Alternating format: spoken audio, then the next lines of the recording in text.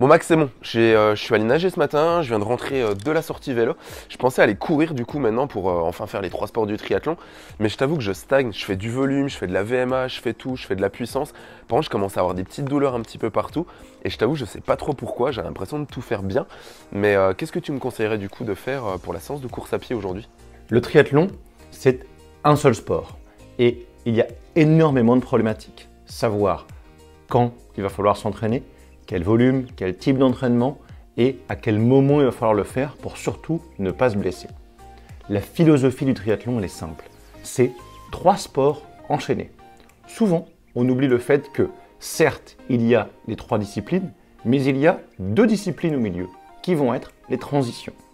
Donc, dans l'ensemble de l'entraînement, il va falloir en tenir compte.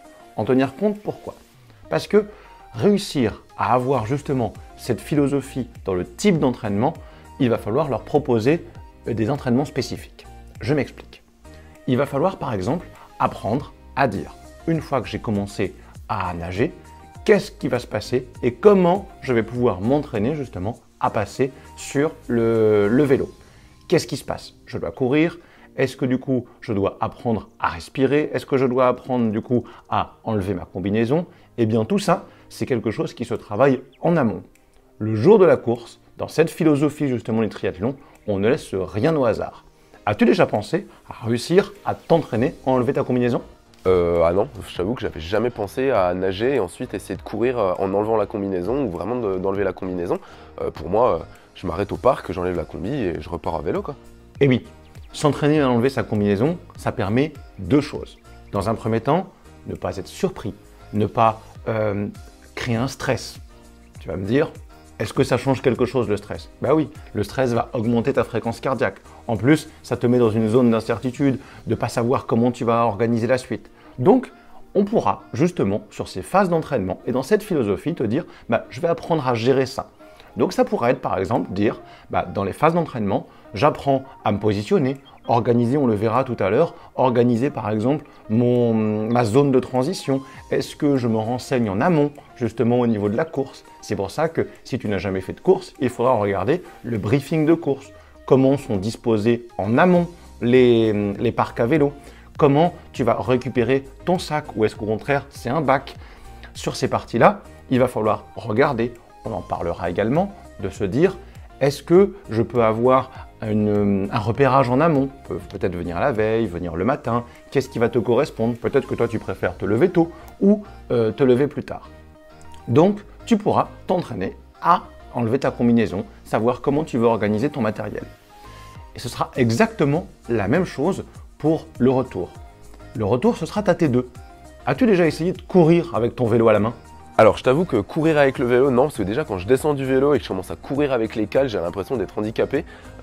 Du coup, je sais pas trop comment faire. Est-ce que je dois porter le vélo? Comment je fais? Eh oui, courir avec son vélo à la main, ça va être quelque chose. Quelque chose, on va dire, de très spécifique. Est-ce que tu laisses justement tes chaussures de vélo sur le vélo? Est-ce que tu déclipses et tu cours avec tes chaussures de vélo? Est-ce que courir, c'est intéressant? Est-ce que tu ne montes pas trop ta fréquence cardiaque? Est-ce que tu n'as pas intérêt plutôt à marcher pour justement avoir cette zone de récupération? Est-ce que tu sais exactement qu'est-ce que tu vas manger dans cette phase de transition? Est-ce que tu as déjà prévu? Est-ce que tu as prévu justement ton plan nutritionnel sur cette partie-là? Tout ça, c'est ça la philosophie du triathlon, c'est toujours anticiper. Souvent, on pense simplement à dire, c'est facile, le triathlon, c'est 3 disciplines enchaînées, il suffit de le faire et on va réussir à le faire d'une façon, on va dire, très cohérente. Eh bien, pas du tout. Peut-être que tu n'auras pas les mêmes besoins nutritionnels justement sur cette première phase de transition, parce que pense que tu auras fait, imaginons, sur l'Ironman, tu auras fait 1h10 dans l'eau, tu n'auras pas bu, donc il va falloir que tu puisses t'hydrater dès que tu sors de l'eau. Et donc, cette hydratation, elle sera primordiale. Comment tu vas pouvoir justement étudier les conditions météo. La philosophie du triathlon, c'est ça aussi. Anticiper les conditions météo, le plan nutritionnel, comment tu te sens, ta fatigue, le stress, les zones de transition. Eh bien, c'est ça.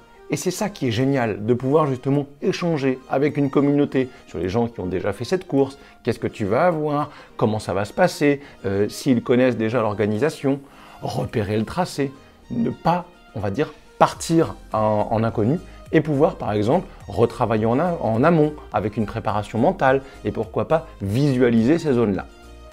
Maintenant, est-ce que c'est quelque chose justement que tu as déjà travaillé, que ce soit cette petite visualisation de tout ce qui va se passer? Alors non, franchement, la visualisation, je t'avoue que pas du tout. Je me vois à peu près dans le parc, mais je me vois pas trop comment m'organiser dans le parc ou même sur la partie triathlon. Non, c'est quelque chose que j'ai jamais mis en place, quoi. Eh bien, toutes ces réponses, on va essayer de les voir ensemble. Aussi bien comment j'anticipe, le plan nutritionnel, comment je prépare mon sac, quel type de volume d'entraînement, comment tu vas pouvoir éviter de te blesser, quel type d'entraînement. Parce que tout ça, c'est quelque chose qu'on doit prendre en compte. Et nous, ce qui nous intéresse justement chez Passion Triathlon, ce sera le partager l'expérience avec les gens qui ont déjà fait des courses, que ce soit cette course ou simplement ce type de course, ces distances-là, la façon de faire. Peut-être que le fait de, par exemple, préparer son sac la veille ne te correspondra pas, que tu préfères le faire en amont parce que tu as besoin d'aller l'anticiper. Eh bien, moi, je te propose qu'on voit ensemble, avec la team, justement, tout ce qu'on va pouvoir mettre en place. Au travers de ça, on va proposer un ensemble de vidéos. On va essayer de poser toutes les questions et réussir à réfléchir ensemble sur la physiologie, comment ça se passe, qu'est-ce qu'on va pouvoir retravailler, quel type de volume d'entraînement, le type d'entraînement et tout ce qu'on pourra mettre en place. Allez Julien, est-ce que tu es prêt ? Eh ben écoute, génial, franchement j'ai hâte de voir la suite. On va parler, comme tu as dit, donc d'éviter les blessures, on va parler des volumes d'entraînement, on va parler de quoi mettre à l'intérieur de vos entraînements, on va parler de l'organisation du triathlon, de la checklist, vraiment de toutes les disciplines du triathlon. Donc si ça t'intéresse, eh ben déjà abonne-toi à la chaîne, clique sur la cloche pour recevoir les notifications, une vidéo tous les lundis. Vous avez vu, on va parler de tous les sujets du triathlon. Donc abonnez-vous à la chaîne, lâchez un pouce si cette vidéo vous a plu et si vous voulez voir la suite de la série.